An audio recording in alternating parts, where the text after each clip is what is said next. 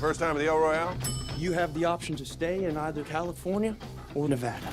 I always wanted to stay in the honeymoon suite, even though I'm not currently on my honeymoon. I've admired Jeff's career my whole life, and I've been a fan of his since I first saw him in, I'm gonna say Tron, but I remember, seeing Last Picture Show and seeing all of his work and just being blown away, including a movie called Blown Away. I think it was called that. But yeah, I've loved his work for a long, long time, and to get a chance to work with him was a real dream come true. But I mean, I could say the same thing about pretty much everyone else in the cast. Cynthia is such a phenomenally talented woman, and Dakota and Lewis and everybody on down the line. It was a really, really fun group of people, and we're all on the same page. It was really nice. To be true, Sir, can't take my eyes off you. we have a problem.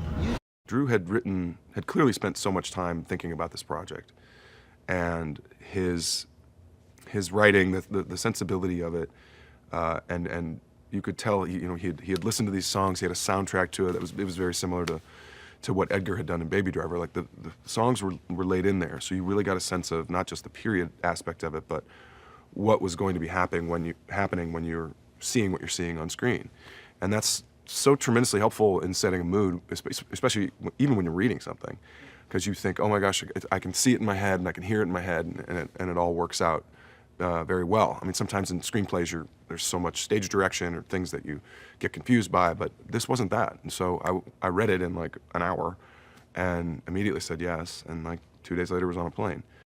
It's a game. It all starts with a simple choice. Would you mind opening the door? No, I ain't gonna do that. Bad Times at the Royale is just sits in a unique place. It's a thriller, it's a mystery, it's a lot of things. It's kind of a psychological thriller. It's a whodunit. The movie kind of, because it's an original piece of entertainment. There isn't anything like Bad Times at the El Royale right now. It's kind of many-genred instead of just being a genre or based on a book, you play, comic book, ride, toy, what have you.